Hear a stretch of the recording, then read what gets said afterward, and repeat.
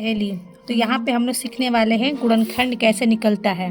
ठीक है, तो उसके लिए सबसे पहले हम लोग क्या करेंगे कि जो फर्स्ट वाला है और ये थर्ड वाला, ठीक है, इसको पहले हम लोग उतार लेंगे। ठीक है, ठीक है, उतार लेंगे। उसके बाद हम क्या करेंगे, सबसे सिंपल में कि हमको देखना है, ऐसा लेना है मतलब टेबल, उस टेबल में हमारा गुणा करने पर ये इस पहला और थर्ड वाले को हम लोग गुणा करके यहाँ पे लिख देंगे, यानी कि 6 5 30 यानी 30 यहाँ पे लाना है। तो गुणा करने पर हमको 30 आ जाए और जोड़ने या घटाने पर 17 आ जाए, 17।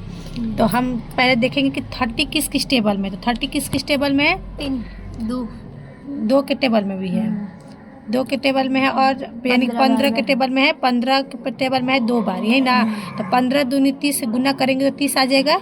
और उसके बाद हम लोग इसको जोड़ेंगे तो 15 2 17 भी आ गया। ठीक है, तो हम लोग क्या करेंगे, जब प्लस है तो ज़्यादा सोचना नहीं है कि साइन क्या रखूँ, बस तुमको क्या करना है, प्लस करके यहाँ पे हम एक 2x रखे हैं और एक क्या रखे हैं, 15 रखे हैं। ठीक है, उसके बाद हम क्या करेंगे, जब 4 गो है तो इसको 2 2 को हम लोग डिवाइड कर देंगे। इन दोनों में से देखेंगे कि कॉमन लेंगे, कि देखेंगे कौन अंक किससे कट रहा है।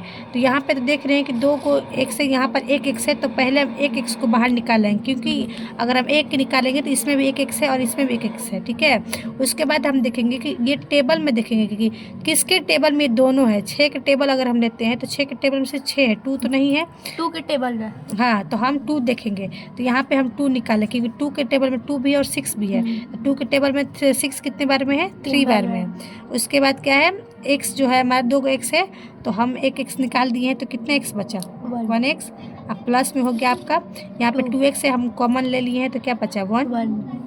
फिर प्लस, अब इसमें टेबल लेंगे, क्योंकि इसमें तो एक ही x है, इसमें x नहीं है, तो हम x कॉमन नहीं लेंगे, हम क्या लेंगे, अब टेबल में देखेंगे 5 अगर हम लेते हैं तो 5 दोनों में रहेंगे, तो हम यहाँ पे 5 ले लेंगे। ठीक है, 5 के पढ़ा में टेबल के 5 के टेबल में 15 कितने बार में है, 3 बार में, 3, और x का ज्यों कहते हो।